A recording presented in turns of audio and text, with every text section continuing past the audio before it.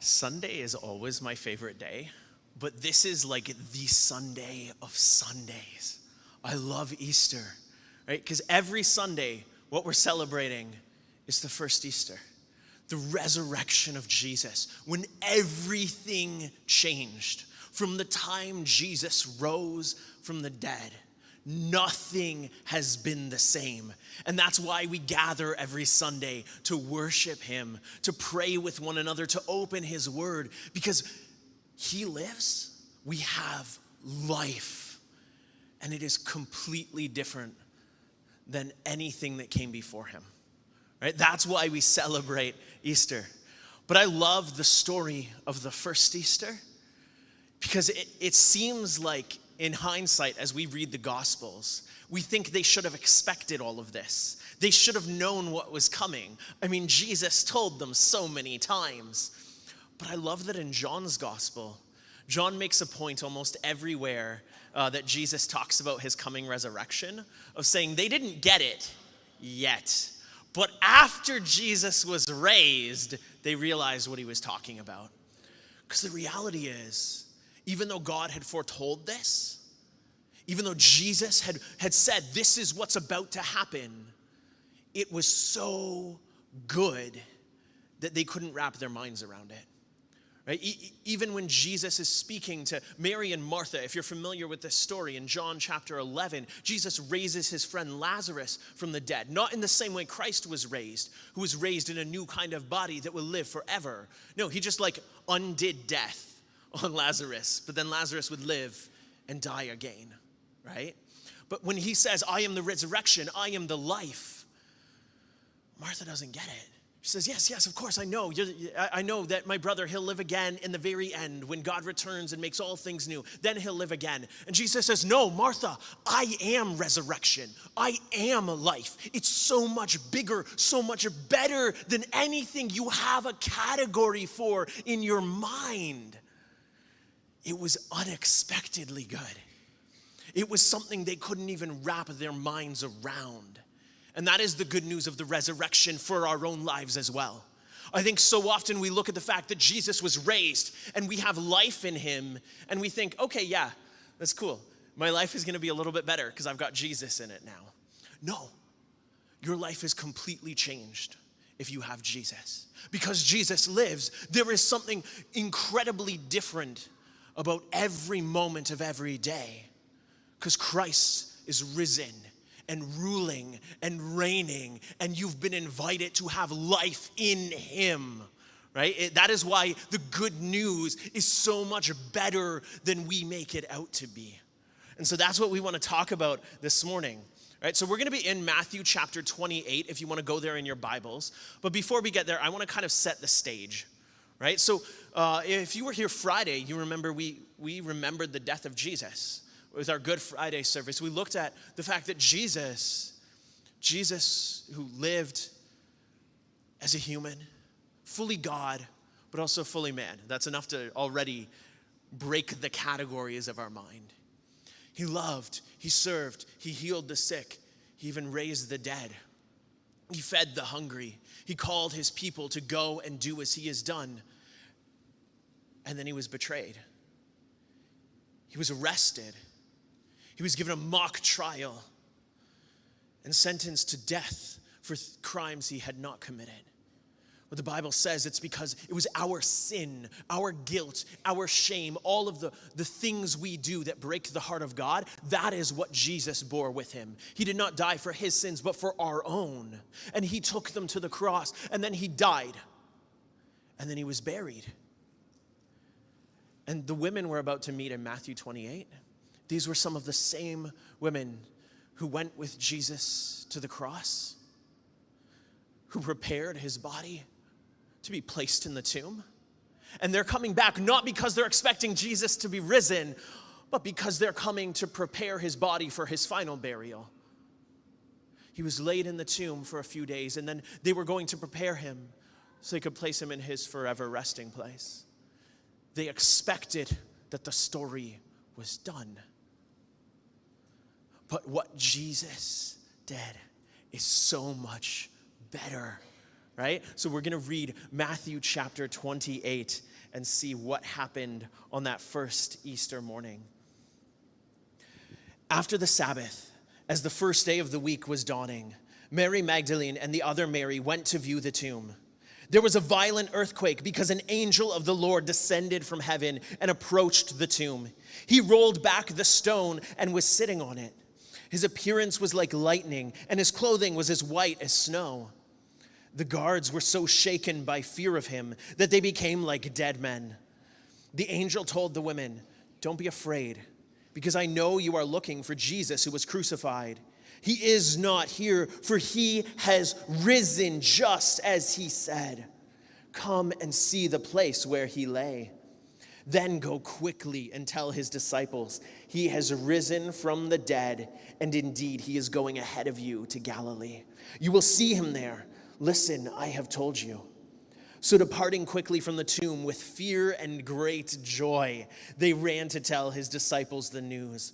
Just then, Jesus met them and said, "Greetings." They came up, took hold of his feet, and worshiped him. Then Jesus told them, "Do not be afraid. Go and tell my brothers to leave for Galilee, and they will see me there." As they were on their way, some of the guards came into the city and reported to the chief priests everything that had happened. After the priests had assembled with the elders and agreed on a plan, they gave the soldiers a large sum of money and told them, "Say this, his disciples came during the night and stole him while we were sleeping. If this reaches the governor's ears, we will deal with him and keep you out of trouble." They took the money and did as they were instructed. And this story has been spread among Jewish people to this day. But the 11 disciples traveled to Galilee, to the mountain where Jesus had directed them. When they saw him, they worshiped, but some doubted. Jesus came near and said to them, "All authority has been given to me in heaven and on earth. Go therefore and make disciples of all nations, baptizing them in the name of the Father and of the Son and of the Holy Spirit, teaching them to observe everything I have commanded you. And remember, I am with you always to the end of the age." They didn't expect this. They assumed that Jesus was dead, like dead. They anticipated that the tomb would be where they would find his body, not where they would learn that he had been raised from the dead. And we can look back and think that that's a little bit silly. They should have had faith. They should have believed. But how often do we see what Jesus has said and we doubt and we're unsure and we think, yes, God, I believe you, but can it really be that good? Can it really be that amazing? Because what Jesus does is so unexpected. Right? That's the point of Easter, is that it is far better than we could possibly ever imagine. So the expectation was that Jesus was dead and the hope was shattered. See, these people who had been following Jesus, they had hope that he was the Messiah. He was the one God had promised. He was going to fulfill every promise God had made and rescue God's people. He was going to bring deliverance and freedom. But now he's dead. Now he's done. The dream is over. Everything Jesus had promised has come up empty. Of course, they're filled with doubt and uncertainty. They'd watched the one they love and followed die. A shameful, humiliating death. And then be laid in a cross. A tomb. Wow. And death is normally the end. Death normally means the story is done. But that's not what happened. And even as we read this, we can see in their reactions that there's some confusion. There's some uncertainty still. They're coming with joy, but also with fear. And then when Jesus meets up with his disciples, it says that they worshiped him, but some also doubt it. Because it is still such drastically good news, so unexpectedly good, that it just doesn't make sense, right? So there was nothing in their minds that could now turn this story around. When the women got to the tomb, they expected this was done. They were not coming to welcome the risen Jesus. They were coming to prepare his body for its final rest. And then everything changed.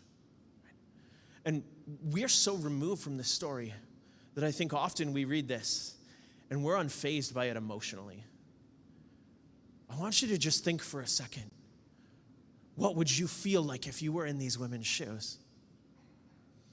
If the one you had followed and loved, your teacher and king, if you had watched him be brutally murdered and you were coming to prepare his body for its final rest, the deepest of sorrows, the most broken of hearts. I think that's what they were walking into that moment with.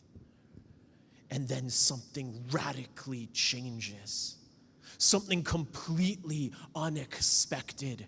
And there's a word for this kind of total reversal of situations where you go from absolute sorrow where it looks like everything's over and there is now no hope, to a moment where something unexpected, unimaginable, something that you could never even dream of occurs that completely changes. And you go from absolute misery and hopelessness to total joy and hope. There's a word for this because that's such an important and big feeling. So the word is eucatastrophe. It's like it's a catastrophic event, the breaking of things, but for good. It's a happy accident, a happy cataclysm. The world is shifted and broken, but in a good way. And that's what Jesus' resurrection is. It is the turning unexpectedly from disaster to hope and joy. And as a result of this, nothing is the same. The world has been broken and remade because Jesus lives. To go from that place of absolute sorrow and hopelessness where you know there is nothing that can change this, to all of a sudden filled with a hope and a joy that is greater than you could ever imagine, ever expect, or ever anticipate. That is what the resurrection is. So now, whatever was coming to your mind as you think, what were those women feeling like? Those feelings probably bring up things in your own life, don't they? We all have these moments where we feel so broken, so sorrowful, so hopeless. But if Jesus has risen from the dead, and if the same power that raised Christ from the dead dwells in us who believe, is there anything that is so hopeless and broken that it is beyond God's redeeming, life-giving power? No. Wherever we come up against hopelessness, because Jesus was raised, there is hope, there is joy, there is life in places that looked like there was once only death. This is the good news of the resurrection. So they go in expecting that Jesus is going to stay dead. But what they find instead is the unimaginable, the unthinkable. Christ has risen from the dead. There is new life now, and the world is completely different. Because the reality was they expected Jesus to stay dead. But in Christ's death, death was shattered, and hope has been born. Jesus' death was the end of death itself, the end of sin, the end of evil and injustice and all things that are wrong and broken and marred in God's world. Jesus destroyed it through his death and then was raised again. It's impossible. It's inconceivable. And yet it is exactly what is true. And because it is true, the world is a very different place now. We do not live in a world where death is the end. We do not live in a world where sorrow and destruction are the end. We do not live in a world where evil gets the final say. We live in a world where our King and God has destroyed the powers of hell, where our God and King has crushed even death itself and been raised to life. We live in a world where there is always hope because Jesus was raised. This is the hope of the gospel. That Jesus' resurrection actually changes everything. Nothing is now the same. But what does that mean for us? What do we do with this good news, right? And that's why Jesus, he sends these women to go and bring this good news. He sends them out to proclaim this message to others. Because the reality is, this is all true, but we actually have to respond to it. Now, there's a really powerful piece of writing about this idea of the eucatastrophe of the resurrection of Jesus from one of my personal favorite authors, Professor J.R.R. Tolkien. In an essay he gave called On Fairy Stories, he writes about this power of the resurrection as the most life-changing moment in all history. It is the heart to which every story is pointing forward, and it is the thing that changes everything. I want to read this for us. He says, the birth of Christ, it's the eucatastrophe of man's history. The resurrection is the eucatastrophe of the story of the incarnation. The story begins and ends in joy. It has preeminently the inner consistency of reality, and there is no tale ever told that men would rather find was true, and none which so many skeptical men have accepted as true on its own merits. To reject it leads either to sadness or to wrath.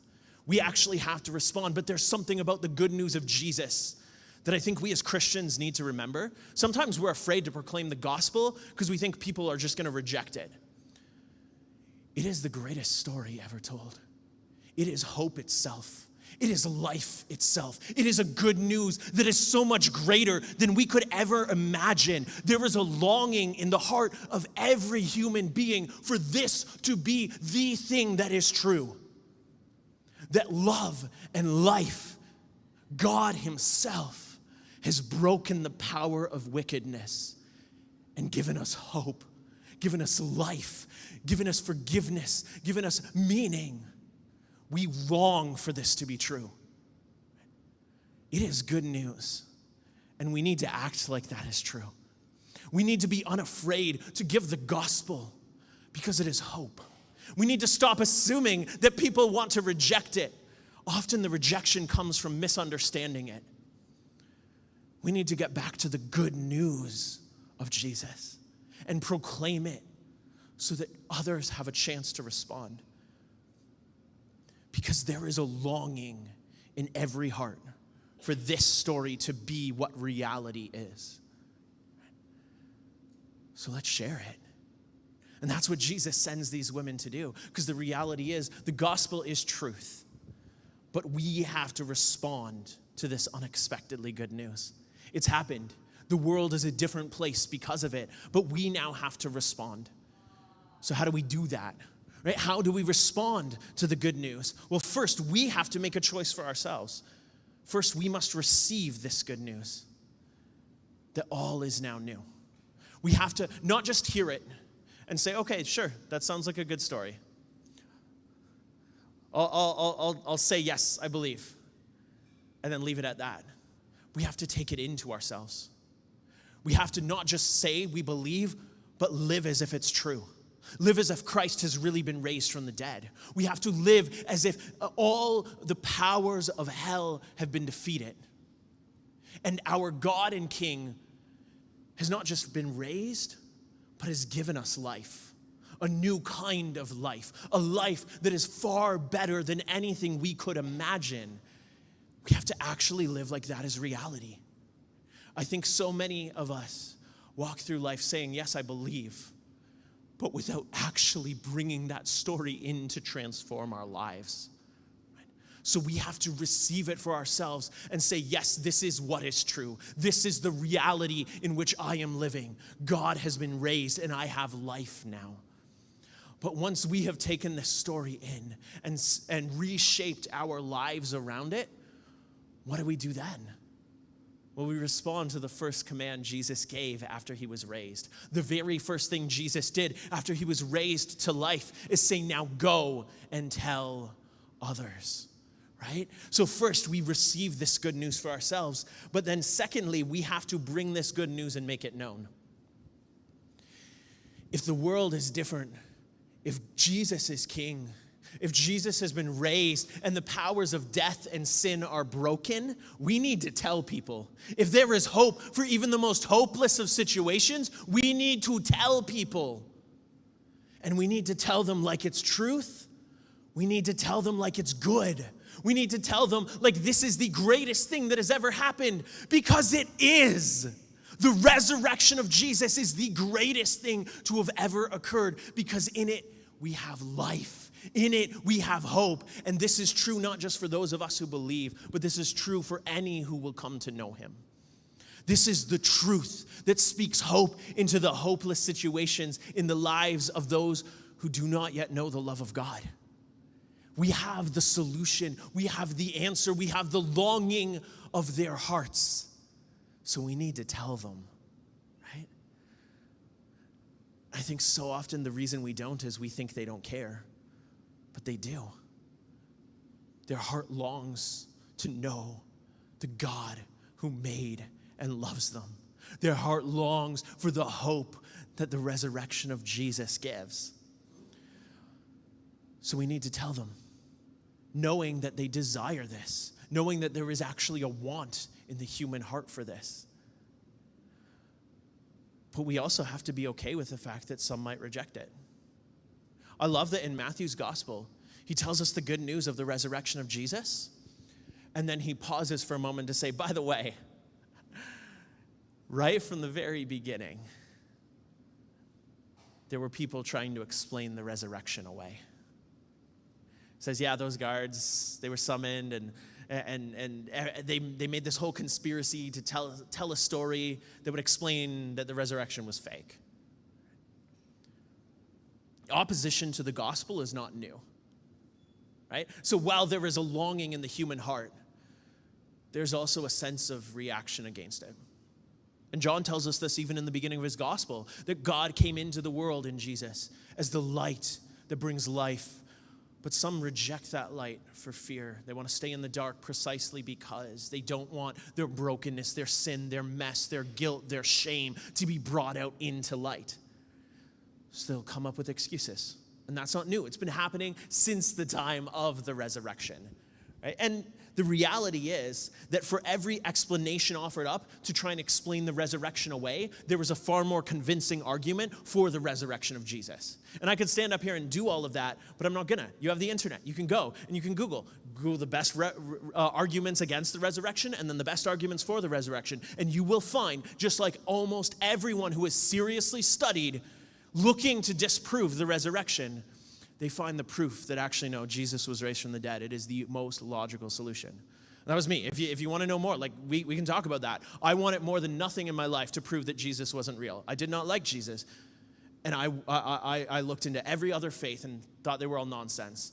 And then Christianity, I was like, I don't even have to. Jesus raised from the dead. Pff, yeah, right. So then I read arguments against it. And I thought, yep, there we go. Perfect explanation, except for all those plot holes. That's a bit of a problem. What do Christians say about this? And I couldn't argue my way out of it. But you can do that all day, back and forth. The reality is there's always going to be new arguments for why Jesus was not raised and why you can just disregard all of this and say, no, it's not true. But there's always far better arguments for why it is. And instead of getting into that place of just arguing back and forth, I want to tell you, if you're here and you don't know, you have not said, yes, Jesus, I believe that you died for me, you rose for me, and you're trying to go through the arguments in your head, you're going to find just as many against and for. At the end of the day, you actually have to decide, what are you going to believe? Which story are you going to listen to? The one that echoes the truth of reality, that we are made by a God, and he does love us. And he has entered into our story to rescue us and save us and bring us into his family because he is love and it is written through all that he has made? Or are you going to believe the story that, no, I'm just stuck in my mess. There is no hope. There's nothing I can do, but I've got to try and do it on my own anyways. Which story sounds like what's reality? If you've ever loved anyone, you know that love would go and do what it must to rescue and redeem. If you look at the world around you, you know there is a God. And if there is a God who made us, and we're still here despite how foolish we are as a species, you know he's a God who loves us and takes care of us. Otherwise, how are we still here? You know the story that echoes of reality. Are you going to believe it? And so don't hold back from sharing the good news because you're afraid you can't counter every argument. The reality is, all you need to do is keep pointing to Jesus. You can walk alongside someone and help them find answers, but you need to pray that God will just open their heart and they'll choose what is most real. Because the gospel itself has power. The gospel itself has power to soften hardened hearts and pierce through every argument we raise up against it. Because it's the story of what is most true, God's love for us, which laid himself down so that he could adopt us into his family. And then I love that Matthew, he doesn't stop with, Jesus was raised, and then people said all sorts of crazy things to stop this story from getting around. He then shows us what happens when Jesus and the disciples meet up. And I love that he says they came to worship, and some doubt it. And then he says, so Jesus took the doubting ones and gave them a scolding and sent them away and then said to the faithful. That's not what it says, is it? No, it says they worshiped and some doubt it. And so Jesus said, all power and authority has been given to me. So go therefore and make disciples. And he didn't just say it to the ones who had no doubt. He said it to the ones who were there with uncertainties in their hearts as well, right? I love this because it reminds us that there is actually room for us as disciples of Jesus to worship and follow Jesus while still wrestling with doubts. We do not have to have all the answers ourselves. We do not have to have a perfect, unshakable faith to be able to say, Jesus, I know that you are there, and I know that you love me, and I'm going to follow you. I'm going to do it imperfectly. I'm going to stumble along, and I'm going to ask you questions. But I know you love me. I know you are risen. I know you are ruling, and I will walk with you and trust you even when I'm not totally sure about some things, which is a much more human experience. We all have doubts and uncertainties. We all have moments that shake us and cause us to have to wrestle, and that's okay. We can still come and worship the God who loves us and gave himself for us. We can still follow him and even be used by him. Because I love that. Even to the ones who were doubting, Jesus said, now go and proclaim the good news. Go and make disciples.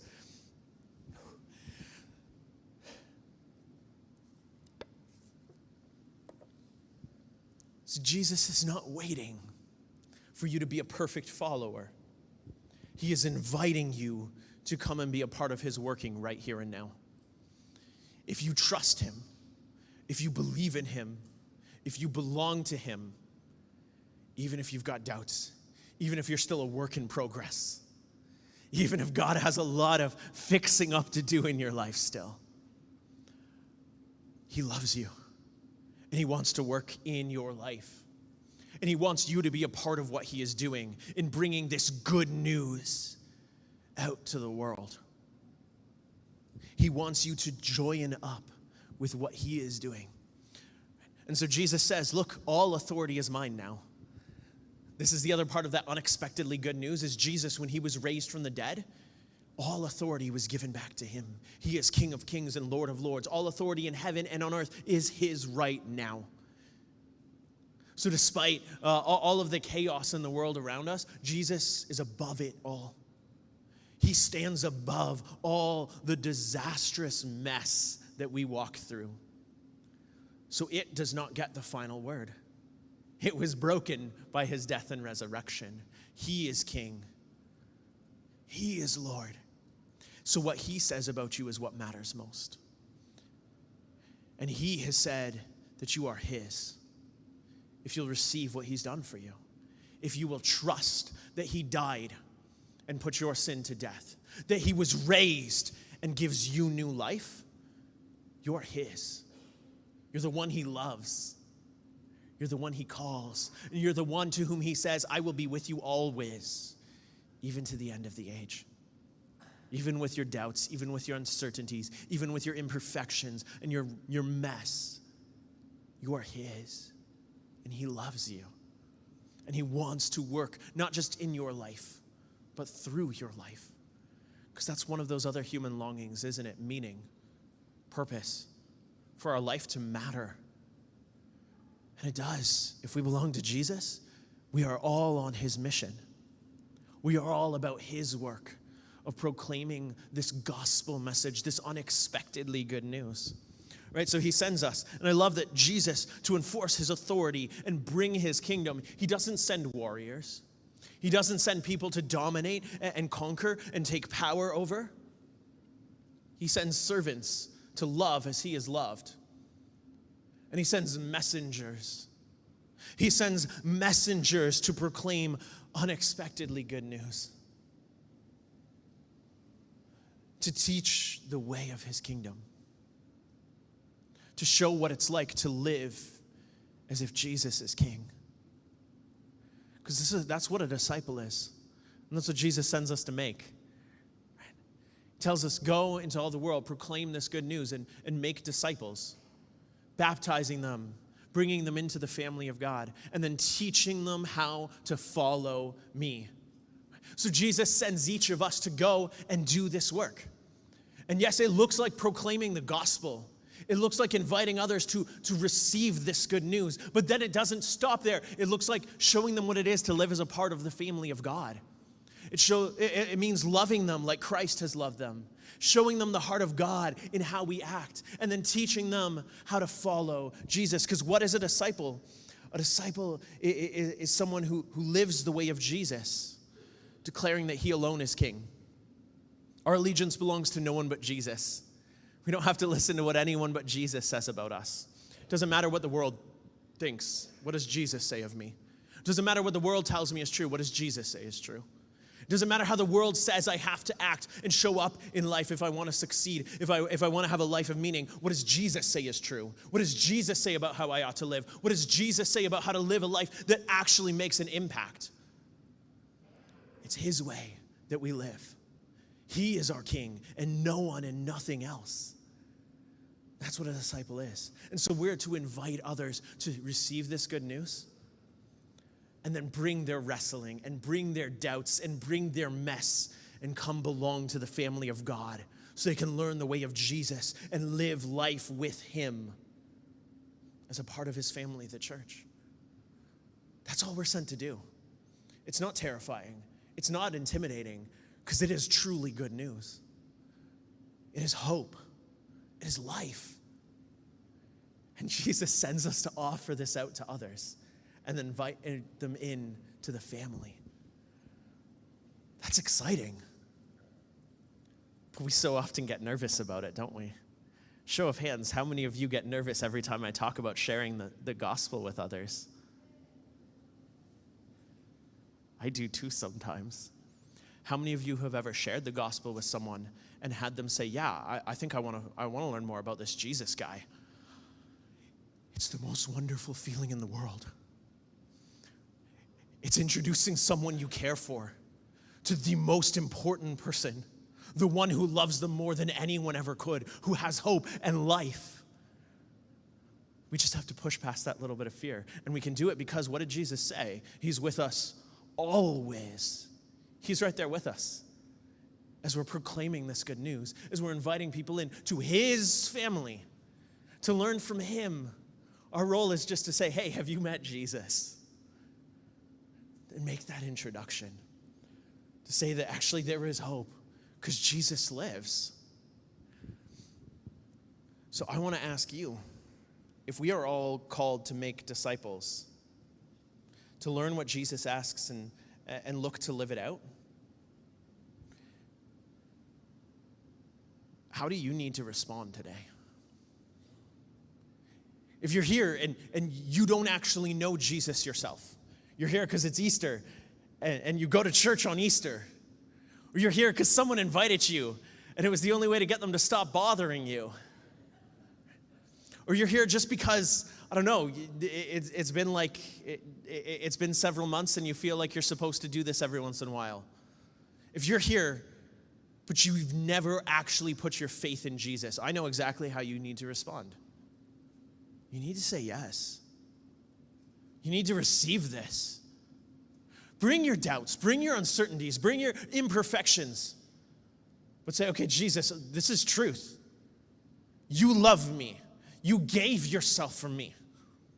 All of the mess in my life that I keep trying to hide, you put that to death. And you've given me life. I want that. Because Jesus doesn't ask us to make ourselves good, make ourselves holy or perfect, clean ourselves up before we come. He says his death is what gets rid of our sin. His resurrection is what gives us life in the family of God. It's him, not us. So if you're here and you've never said yes to Jesus, I think you're being invited to say yes. And what if you're here and you have said yes to Jesus, but you're still filled with uncertainty? You've got these doubts and fears, and you know that your life is still a mess. You hear a little bit about what Jesus says he expects of you, what life in his kingdom looks like, and you know that you are so far off of that. Keep coming to him. Keep worshiping him. Keep opening his word. Keep inviting him to work in your life, because it's his Spirit who changes us. It's not our effort. It's his word which nourishes us. It's not our strength. So keep coming with your doubts and your fears. And to both of these groups of people, those who are unsure about Jesus and those who are following Jesus, but you know you've got a lot to learn, I'd really encourage you to do Alpha. Right? It is perfect for those who are curious about faith. It's also a perfect place for those who are newer in their faith. If you've still got a bunch of questions, maybe you've been following Jesus for 6 months, maybe a year, maybe even a couple years, but you know that you are so far from confident and certain of these things. Alpha's for you. Would you sign up? Would you come and bring those questions, bring those doubts, and work that out? Because Jesus invites us to come even with doubt and fear. Right? Now, what if you're here and you've been following Jesus for ages, but you're realizing, I don't remember the last time I actually shared the good news with anyone? You're not going to like me if you're an introvert, but I think I know what you need to do to respond. And it's share the gospel. Who do you know in your life who needs the hope of Jesus? Offer it to them. Right? Maybe it's a coworker, maybe it's a neighbor, maybe it's a family member. Proclaim the good news. Speak hope and life. Don't be afraid. Know that there is a longing within them that only Jesus can answer. And proclaim it like it's true. Proclaim it like it is the best news ever. And then pray that God will work in their hearts and let them make their choice. You don't have to be a pressured, pushy salesman about it. You just have to speak the hope of the gospel into their life and let God do the rest. Because the Holy Spirit, more than anyone, wants them to come to Jesus. And he can work in their heart and show them what is true and show them what is real. And what if you're here and you're sharing the gospel and you're following Jesus and any doubts and uncertainties you have, you're bringing them to him? Do you know what your response is? To encourage others to do the same. So if you're here and you're saying, I share the gospel with people all the time. When I've got doubts, when I've got uncertainties, I take it to the Lord. I open up my Bible. I call up a brother. I talk to my community group about it. I am set. I am rocking this. Encourage the church to do the same. Find those around you that you're in relationship and ask them, what are you wrestling with right now? How is your walk with Jesus going? When was the last time you spoke the hope of the gospel to someone? And if they said, oh, it's been a long time, I don't know how to do it, invite them to come do it with you. Show them how it's done. Walk alongside them. Disciple them in this. We each have a way to respond. And I'd say if you're here and you're visiting because your family members come here, or you go to church every once in a while and you chose here today, so glad you're here. We would encourage you to come back. But right now, a word to those of you who are regular Celebration Church attendees. When was the last time you invited someone to church? Easter doesn't count because I said, do it, guys, let's do it. When was the last time you said, you know what, this person, they need Jesus. I'm going to invite them to church, and then I'm going to take them for lunch, and we're going to talk about it. Do it. You know people who need Jesus. Have you invited people to Alpha yet? Have you looked at those in your life who are curious, who are in need of the hope of the gospel, or who are brand new baby Christians who need to grow? Encourage them to come to Alpha. And if you get some friends to come to Alpha, and you're like, you've been following Jesus for ages, and I know there's no reason you need to be at Alpha, you get to come to Alpha and eat and have fun with us too, if you bring friends, right? But for all of us, whether you're visiting, whether this is your home church, we need to know the things of Jesus so we can live the life of Jesus. He didn't call us to just be people who say, yes, Jesus, I trust you, and it's not going to affect my life. If this is what is real, it needs to change everything about us. So we need to follow him. We need to learn what he teaches and live as if it's truth. And so that's what we're going to be doing. Starting next Sunday, we're going to be taking several weeks to walk through the Sermon on the Mount, one of the biggest teachings Jesus gave, where he shows us what it is to live a radically different kind of life. A life that is filled with meaning, a life that actually truly makes a difference in the world around you, because it's a life that is shaped like Jesus himself. And so we're going to do that. And if you're here and you're curious about Jesus, you're not sure about this whole Jesus thing, and you don't feel like you're ready to say yes today, keep coming back. Come hear what Jesus actually has to say about what real life looks like. See how Jesus offers the solutions that bring hope and meaning into your ordinary life, that speaks to the problems we all face. Come back and hear him out, and then make a decision from there. But even better, say yes now, and then work through those doubts and wrestlings as we go. Because the good news of Jesus is amazing, it is powerful, it is life-changing, but we need to respond to it. And so right now, I'm going to invite the worship team and the communion servers to come forward, and we're going to take a chance to respond. All right, so in just a moment, we're going to worship the Lord with a little bit more music, with singing. It's one of the ways that our heart can just cry out to God in thankfulness and gratefulness for what he's done for us. But then we're also going to come to the table, right? Because Jesus offers out the bread and the cup and says, this is what I've done for you. My body broken for you, so that your sin, your failure, your guilt, your shame could be set aside, could be removed. My blood poured out for you so that you would have life, and life in the fullest. Life that is truly life. And so if you are here and you belong to Jesus, the table is for you. If you've said, yes, Jesus, I trust you, I've received what you've done for me, then as we worship, I'd invite you to come to the station in front of you, collect the bread and the cup, and bring that back to your seat. And then we will all take together as one family in Christ. But if you're here today and you've never said yes to Jesus, but you realize you need to, you realize this good news is truly good, that God truly loves you, that the thing that is most true is Jesus gave himself for you, tonight I invite you to come forward too. Even if you've still got doubts, even if you've still got uncertainties, even if you're still not sure how all this works, but you know Jesus is God, he loves you. He died to remove the guilt and shame of your sin, of your failure, of your brokenness and mess. And you know that he was raised from the dead, and because of that, you have hope and you have life. If you know that that is true, and you want to enter into his family and receive that love, that forgiveness, would you also come forward? would you also take the bread and the cup and let that declaration be your saying to God, I receive what you've done. I'm done with my sin. I'm done with living life on my own. I need you. I trust that what you've done is real and true, that you love me and I have life in you.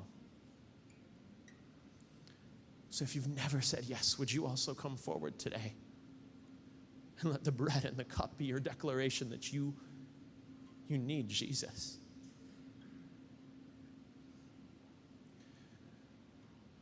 So in just a moment, I'll invite you to come forward to the station in front of you. Unless you're on this side and you need gluten-free, if you are over on this side and you need gluten-free, please come to the station over here by the cross. But then we'll take the bread and the cup. Bring that back to your seat. And then we'll all take together as a reminder that because of Jesus, because of his death and his resurrection, we are one family in him now. I'd invite you to stand if you're able as we worship and come up to the table. Oh, Jesus, we love you. Jesus, we thank you. We thank you that you have given yourself for us, that you love us so much that you laid down your life so that all our sin, all our mess, all our brokenness could be washed away, that we could be made new, whole. Jesus, thank you that you did not stay dead, but that you were raised to new life. That life is the life you offer out to us. Jesus, thank you that you don't wait for us to be perfect, but you invite us to come with our mess, to come with our brokenness, to come with our questions and our wrestlings, to come say, Jesus, I need you.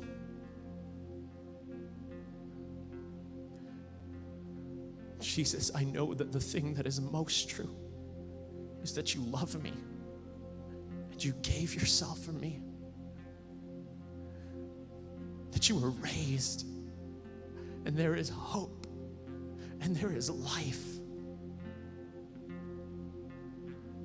Lord, would you remind us of this good news as we come now to your table, as we worship you.